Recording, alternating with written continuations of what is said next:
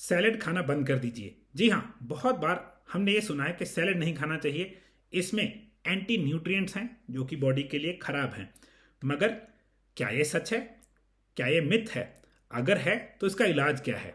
हम सब कुछ जानेंगे, तह तक जाएंगे और हेल्दी रहेंगे। Hi guys, welcome. मेरा नाम रविंदर सेन है। मैं एक हेल्थ कोच हूँ, सेल्फ मेड हेल्थ कोच हूँ। मेरा मिशन है सही ट्रू इन्फॉर्मेशन ढूंढना, उसको टेस्ट करना, ऑथेंटिकेट करना, फिर एक्सपेरिमेंट करके खुद पे उसको आप तक लाना ताकि आप हेल्दी रहें, दवाइयाँ, बीमारियों, सर्जरी से बचें। आज हम एक बहुत सब्जेक्ट जो इम्पोर्टेंट है उसके बारे में बात करेंगे। कुछ लोग बोलते हैं सैलड नहीं खाना चाहिए, मैं सैलड खिलवा के खुश हूँ। तो क्या ये बात सच है कि सैलड में एंटी न्यूट्रिएंट्स हैं? और क्या ये बात सच है वो आपको खराब कर सकते हैं? क्या एंटी न्यूट्रिएंट्स सिर्फ सैलड में हैं और कई और चीज़ों में भी हैं? सब कुछ जानेंगे, तह तक जाएंगे ताकि हम एक हेल्दी चॉइस, हेल्दी डिसीजन और हेल्दी रहें।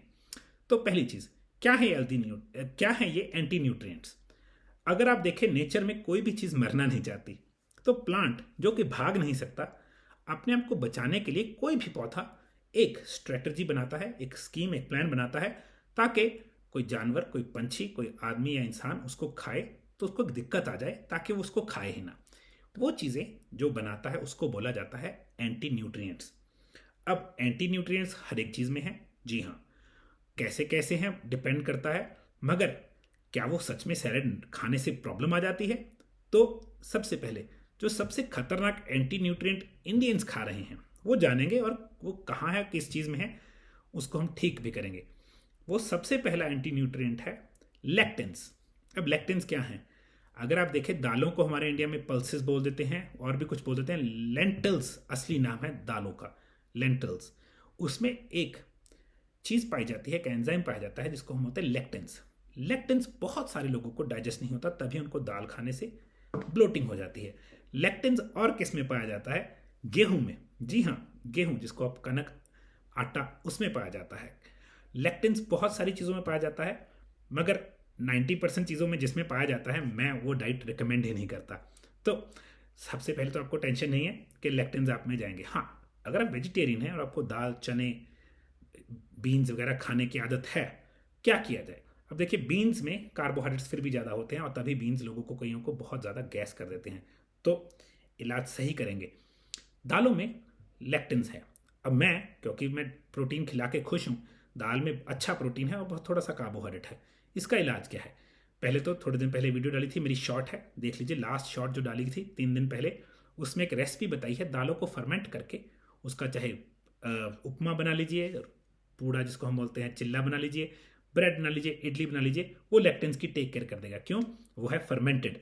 दूसरा तरीका क्या है, मैं हमेशा बताता हूँ, क्योंकि अगर वेजिटेरियन है आप, दाल को ओवरनाइट सोक कर दें, उसमें थोड़ा सा नमक और नींबू डाल दें, उस पानी को सुबह गिर के उस दाल को खुले बर्तन में उबालें, पूरा पानी भर के। ऊपर झाग आ रही है उसको निकालते रहें, वो यूरिक एसिड निकल गया। फिर लेक्टिन्स मारने के लिए उस दाल को, उस पानी को गिर के कुकर में कम से कम हाई आंच या हाई फ्लेम पे 3-4 सीटी मरवा लें। मैं कुकर के फेवर में नहीं हूं, मगर लेक्टिन्स मरते हाई प्रेशर पे हैं, हाई टेम्परेचर पे हैं, तो वो दाल आप बिना टेंशन के खा सकते हैं। अब लेक्टिन्स सिर्फ इसमें नहीं है, कई चीज़ों में, जैसे ब्रोकली है, मैं बोल रहा, लेक्टिन्स बोल गया। एंटी न्यूट्रिएंट्स और बहुत सारी चीज़ों में है, सैलड्स में है। सैलड्स में बहुत कम है, मगर हैं। अब हम इलाज क्या है? पहली बात, एंटी न्यूट्रिएंट्स की टेंशन तब है अगर आप एक ही चीज़ खाते रहें। अगर आप सिर्फ खीरा खाते हैं, 12 महीने 30 दिन सिर्फ खीरा एज अ सैलड खाते हैं, या सिर्फ ब्रोकली खाते हैं, वो आपको तंग करेगा। अगर आप मेरे तरीके से प्रोटोकॉल फॉलो करते हैं, इन सीजन की सब्जी खाते हैं और आउट ऑफ सीजन की सब्जी नहीं खाते, आपको एंटी न्यूट्रिएंट्स की टेंशन कम हो जाएगी। तो जो सीजन में चीज़ें हैं वो खाएं। दूसरी चीज़, कई लोगों को क्या होता है, किसी स्पेसिफिक चीज़ से गैस या ब्लोटिंग होती है, उनको फिर ये ढूंढना होता है। लेट्स से आप 7 चीज़ों का सैलड खा रहे हैं, आपको गैस ब्लोटिंग हो रही है। मैं एक दिन एक चीज़ बंद कर दूंगा, 2 दिन बंद करके देखूंगा गैस चलेगी कि नहीं, फिर मैं ये वापस ले आऊँगा, ये बंद कर दूंगा, फिर मैं देखूंगा गैस गई कि नहीं, फिर ये बंद करके देखूंगा। आप ऐसे देख सकते हैं कौन सी चीज़ ब्लोटिंग करती है। मगर अगर आपको गैस ब्लोटिंग है, 2 तरीके हैं, बहुत सिंपल। फर्मेंट करके सब्जियाँ, सॉरी, सैलड खा लीजिए। सैलड को फर्मेंट करना बहुत आसान है। सारे सैलड के सामान को एक मिक्सी में डाल के, थोड़ा सा पानी डाल के, उसमें बिल्कुल रगड़ दें, नमक डाल के मिक्स करके, उसको एक कांच के जार में डाल के ऊपर हल्का सा ढक्कन लगा के 12-16 घंटे, अगर ठंडी है तो उससे ज़्यादा रखते, वो हल्का सा उसमें आप देखेंगे बबल्स आ गए, फर्मेंटेशन हो गई। दूसरा तरीका है पिकल्ड वेजिटेबल्स। पिकल्ड वेजिटेबल्स कैसे बनती हैं? जैसे मैंने सिखाया हुआ, 250 ml पानी में 1 टेबल स्पून सेंधा नमक मिक्स करके आप एक ब्रायन बना लेते हैं। अब लेट्स से छोटे छोटे खीरे, कोई भी चीज़ आपने कांच के जार में डाले, वो पानी उसमें डाल के उसको डिप कर देना है और बंद कर देना है। 10-12 दिन में वो पिकल्ड है। तो दूसरा तरीका ये है, 2-4 दिन कच्ची सैलड खाएं, 1-2 दिन पिकल्ड वेजिटेबल्स। या फिर आप ऐसे कर सकते हैं, 2 दिन कच्ची, 2 दिन फर्मेंटेड, 2 दिन पिकल्ड, या 1 दिन पिकल्ड, फिर वही सारा साइकिल।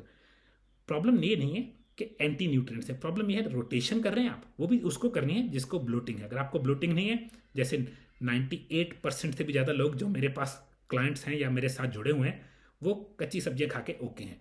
कई लोगों को क्रूसिफरस वेजिटेबल्स, केल, कैबेज, ब्रसल्स स्प्राउट्स, ब्रोकली, गोभी, पत्ता गोभी जो ये आगे, इनसे दिक्कत है। उनका तरीका है इनको फर्मेंट कर लें। जैसे मैं बताता हूँ कि पत्ता गोभी का सार्कराउट बना ली, जिसे हम खमीरी गोभी बोलते हैं। अगर वो नहीं है, थोड़ी सी इनको स्टीम कर लें।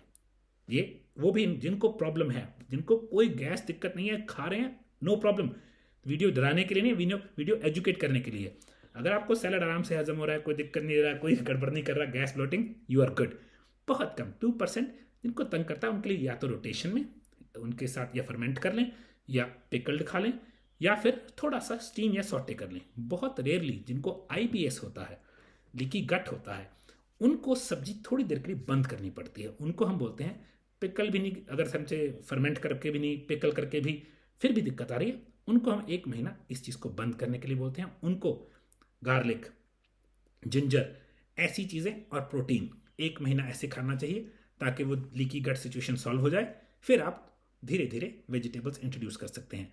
तो पहली बात, ये मिथ है, इन द सेंस गलत चीज़ें खाएंगे उनमें तो है ही है, उनमें लेक्टिन्स हैं, उनमें ऑक्सीलेट्स हैं। जैसे पालक में ऑक्सीलेट है, ऑक्सीलेट क्या करता है, वो आपको किडनी स्टोन या स्टोन कर सकता है, तो हम ऑक्सीडेट्स वाली चीज़ें खाते ही नहीं हैं। तो पहली चीज़, तो जो डाइट मैं रिकमेंड कर रहा हूँ उसमें एंटी न्यूट्रिएंट्स बहुत कम है। जो बचे हैं वो 90% लोगों को तंग नहीं करते, और अगर तंग करते हैं तो उसका इलाज है, पहले फर्मेंट करके देखें, पिकल करके देखें। अगर फिर भी दिक्कत है, कोई क्लास ऑफ वेजिटेबल्स आपको तंग कर रही है, और हमेशा इन सीजन सब्जी खाएं, कभी भी आउट ऑफ सीजन सब्जी मत खाएं। कच्चा सैलड कम से कम 300 ग्राम डेली डेली डेली डेली खाना चाहिए, क्योंकि आपको वो न्यूट्रिशन नहीं मिलता ही। अगर आप चाहते हैं हेल्दी रहना, सबसे पहले सैलड खाएं, उस पर थोड़ी सी काली मिर्च, थोड़ा नींबू, थोड़ा सा ऑयल, क्योंकि सैलड में अच्छे विटामिन हैं जिनको कैरोटीनॉइड्स बोलते हैं, जो सिर्फ ऑयल में मिक्स होते हैं। ये आपकी डाइट का पहला चीज़ होनी चाहिए। आपका देखेंगे आपकी फूड की क्रेविंग्स कम हो जाएंगी, आपका वेट कम होगा, आपकी insulin resistance, pre diabetes condition जाएगी, आपको बिना बात के मीठे की क्रेविंग नहीं लगेगी, और हेल्दी रहेंगे, स्किन चमकेंगी, आंखें चमकेंगी, यू विल फील बेटर, नींद अच्छी आएगी। तो एंटी न्यूट्रिएंट्स जो डराते हैं, उनके पास पूरी नॉलेज नहीं है। हमारे पास तो वो डाइट में चीज़ें ही नहीं है जिनमें गंदे वो एंटी न्यूट्रिएंट्स हैं। हाँ, जैसे बादाम है, उसमें क्या है, उसमें एंटी न्यूट्रिएंट है जो एक ऐसी चीज़ है, एंजाइम इनहिबिटर, ताकि बादाम खाएं तो गड़बड़ करे, हजम ही ना हो। तो हम उसको कैसे सॉल्व करते हैं, हम बादाम को ओवरनाइट सोक कर लेते हैं। कुछ फूड्स ऐसे हैं जैसे सोया, उसमें बहुत एंटी न्यूट्रिएंट हैं, जिसमें एस्ट्रोजन को कम करने वाले एंटी न्यूट्रिएंट्स हैं। हम सोया खाते ही नहीं है, आपको नहीं पता। देखिए, पेड़ के ऊपर कीड़ा लगता है, अगर कीड़ा अपने बच्चे ही नहीं जन्म कर पाएगा, जो एस्ट्रोजन को काउंटर करने वाला एंटी न्यूट्रिएंट है, वो क्या है, ताकि वो कीड़ा अगली पीढ़ी को जन्म ना दे सके, उसका एस्ट्रोजन मार दिया, तो हम वो चीज़ खा ही नहीं। कहीं एस्ट्रोजन बढ़ जाता है, कहीं कम हो जाता है। सोया नो गो, जेनेटिकली सोया नो गो। ऐसे कई चीज़ें हैं जो हम, ऑफकोर्स हमने तो उसको क्रॉस ही किया हुआ है, तो डरने की बात नहीं है। अगर आप हमारा प्रोटोकॉल फॉलो कर रहे हैं, गुड। और अगर आप हमारा प्रोटोकॉल लोगों को फॉलो कराना चाहते हैं, अच्छा हेल्थ कोच बनना चाहते हैं, रिस्पेक्टेड जॉब चाहते हैं, सबसे जरूरी बात है, हर एक बंदा पैसा कमा रहा है किसी ना किसी तरीके से, मगर रिस्पेक्ट, अपना हेल्ड हाई के साथ पैसा कमाना चाहते हैं, या बिजनेस क्रिएट करना चाहते हैं, या सिर्फ लोगों की मदद करना चाहते हैं, प्लीज़ हमसे जुड़िए, हमारा कोच ट्रेनिंग प्रोग्राम लीजिए। हम आपको एक एक्सपर्ट हेल्थ कोच बनाएंगे जो लोगों की मदद करता है, उनको तंदुरुस्त करता है सिर्फ घर के खाने से। I would love to have you on my side.